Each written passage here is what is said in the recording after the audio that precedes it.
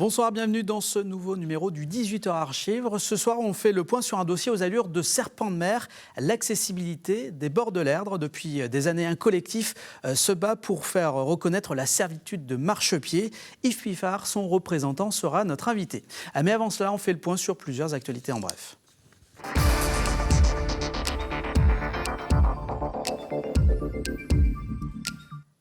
Et l'on commence en se replongeant 2 ans quasiment jour pour jour en arrière. Le 6 juin 2014, les Nantais se découvraient une nouvelle grand-mère grâce à Royal Deluxe. On la voit, cette grand-mère. La compagnie de rue nantaise l'a présentée dans son nouveau spectacle, Le Mur de Planck. Une création qui marquait le retour du petit géant, l'apparition donc de cette grand-mère qui, tous les deux, sillonnèrent la ville le temps d'un week-end. Eh bien, 2 ans plus tard, pas de nouvelles d'un nouveau spectacle de Royal Deluxe à Nantes. En revanche, les géants vont voyager et ce sera en 2017. Ils sont en effet attendus à Malines, en Belgique, en mars prochain. Puis ils traverseront l'Atlantique, ce sera en juillet 2017, direction Montréal, où ils participeront aux festivités des 500 ans de la plus française des villes canadiennes. Pour revoir la petite fille, le campesino, El Cholo, il va donc falloir s'armer de patience ou bien voyager. Et puis, il y a quelques semaines, nous vous parlions du tennisman nantais Gleb Sakharov. Le joueur du snooker venait de prendre part aux qualifications de Roland-Garros. Et pour poursuivre sa progression, le franco-biélorusse avait lancé une souscription sur le site Fuzzbury. Objectif, financer la présence d'un coach à ses côtés pour prendre part notamment aux qualifications du tournoi de Wimbledon. Un appel qui a été en partie entendu. Gleb Sakharov a pour l'heure réussi à récolter près de 5 500 €, pas très loin de l'objectif de 8 000 € qu'il s'était fixé. Et si vous voulez continuer à contribuer, il y a ce site internet fuzzbury.com. On passe tout de suite à la partie invitée du 18h Archives.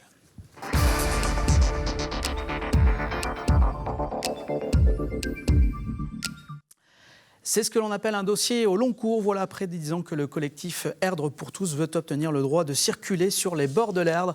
Bonsoir Yves Piffard. Bonsoir. Vous êtes un des membres de ce collectif des riverains. Il y a 10 ans, en décembre 2006, la loi sur l'eau étendait la servitude de marchepied aux rivières et lacs domaniaux, donc par extension notamment à l'Erdre. Mais j'imagine que cette question-là, elle est bien plus ancienne que simplement la loi sur l'eau de 2006. Ça faisait des années que cette histoire de la servitude de marchepied courait. Alors, juste une petite précision. Je ne suis pas membre d'un collectif de riverains, mais membre d'un collectif d'associations qui milite pour l'application de la loi au bord de l'Erdre. Alors, c'est vrai que c'est une histoire relativement ancienne, parce que dans les années 70, il y a eu déjà un certain nombre de luttes qui se sont déroulées sur les bords de l'Erdre pour réclamer l'accès de tous aux rives de l'Erdre.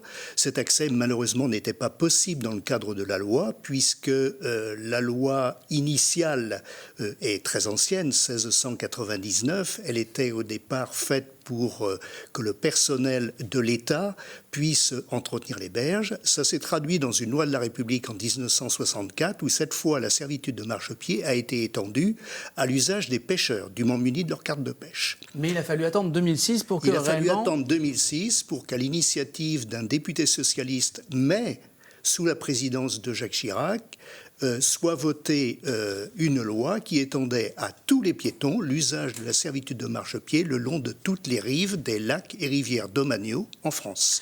Pour bien comprendre, pour être bien précis, servitude de marchepied, on va expliquer, c'est une licence qui est fixe.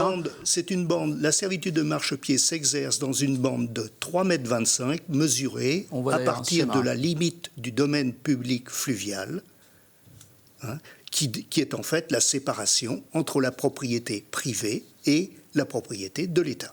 Pour bien comprendre également, en ce qui concerne l'Erdre, ça concerne combien de communes et quelle distance finalement? Alors, s'agissant de l'Erdre, ça concerne l'Erdre domanial s'étend depuis son débouché dans la Loire jusqu'à Nord-sur-Erdre. Alors, le problème, c'est que cette loi sur l'eau, donc on l'a dit, elle date de quasiment 10 ans, décembre 2006, mais que pour l'heure, elle n'a toujours pas été complètement applicable, on va le dire ça comme ça. Et vous vous battez depuis cette date-là pour que justement cette loi soit appliquée sur le terrain. Tout à fait. Ce qui s'est passé au départ, on a pu comprendre qu'une loi votée sous une majorité de droite était peut-être une idée généreuse qui avait du mal à se traduire dans les faits, c'est-à-dire qu'on avait des élus locaux socialistes favorables à l'application de la loi qui se heurtaient au gouvernement représenté par le préfet, qui manifestement ne mettait aucune bonne volonté pour que la loi s'applique. Pour quelle raison? C'est difficile à savoir.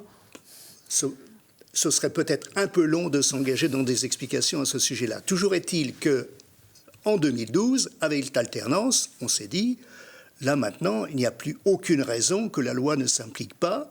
Et c'est là qu'on s'est aperçu qu'il y avait une incohérence ou une situation politique absolument insoutenable, en ce sens que nous avons des élus locaux de la majorité présidentielle, maire de la Chapelle-sur-Erdre, député de la 5e circonscription, conseil départemental, favorable à l'application de la loi, et un gouvernement représenté localement par le préfet, qui ne fait rien pour que la loi s'applique, et j'irai même plus loin, très clairement. Le préfet, au cours de ces 2 dernières années, a clairement fait de l'obstruction à l'application de la loi et à l'exercice de la justice. Alors pour appuyer vos revendications, vous organisez régulièrement des marches pour constater que l'accès n'est pas possible. Je vous propose de regarder ce reportage, il a été tourné en mars 2013, ce qui permet de bien comprendre un peu la situation et puis les antagonismes qui peuvent se présenter. On en parle juste après. Voilà 7 ans que le collectif L'Erdre pour tous organise ponctuellement des marches comme celle-ci entre Nantes et Sucé-sur-Erdre. Leur combat, pouvoir circuler librement sur les bords de la rivière et découvrir les richesses naturelles de ce milieu. Même si aujourd'hui les aménagements publics nous permettent d'en voir quelques aspects, vous avez pu voir ce matin qu'on en profite beaucoup plus lorsqu'on peut l'allonger sur un plus grand linéaire. Donc notre travail, il est d'obtenir de passer sur le plus grand linéaire possible. Pour cela, les marcheurs invoquent une loi de 2006 qui étend la servitude de marchepied aux piétons. Autrement dit, le public peut circuler librement sur les bords des cours d'eau sur une bande de 3,25 m de large. Et pour faire avancer ce dossier, les randonneurs n'hésitent pas lors de ces marches à affronter les riverains qui parfois s'opposent physiquement à leur passage sur leur terrain. On emprunte le chemin qui dessert le château du Mélier. C'est un point difficile. Les propriétaires ont multiplié les barricades avec des branchages pour nous empêcher de passer. Et comme souvent dans ce dossier, cela se présente mal. Ce jour-là, grillage et comité d'accueil de propriétaires très hostiles empêcheront les promeneurs de poursuivre leur marche. Alors forcément, le ton monte. Donc en cela, vous contrevenez. Attendez. Hors la loi. Et pourquoi je suis hors la loi? En cela, vous contrevenez. La servitude de marchepied n'est toujours pas décidée par la préfecture. Vous le savez très bien. Et vous tiendrez combien de temps comme ça? Et quand ce sera le préfet qui viendra vous les faire enlever, qu'est-ce qui se passera? On verra ce jour-là. On va passer là. Mais en attendant, ça n'est pas ouvert. Là, on continue. Et vous le savez très bien. Là, on sait que si la rive est continuellement martelée par les pieds, par les vélos, parce qu'on a vu aussi des vélos, la rive va se dégrader progressivement. Or, on est dans un site classé. Regardez ce site, c'est quand même merveilleux.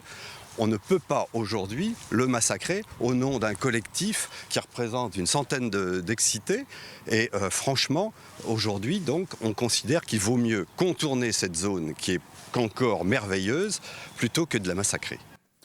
Yves Piffard, le collectif Erdre pour tous, c'est une centaine d'excités? Vous le résumeriez comme ça? Bien évidemment.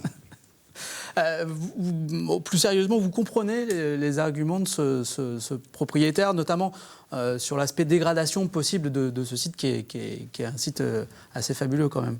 C'est vrai, mais si les piétons dégradaient les rives à ce point, pourquoi ne pas interdire tous les parcs et tous les cheminements publics sur les bords de l'Erdre qui, il faut bien le constater, ne se différencient absolument pas en termes de flore, de faune ou d'habitat des rives privées.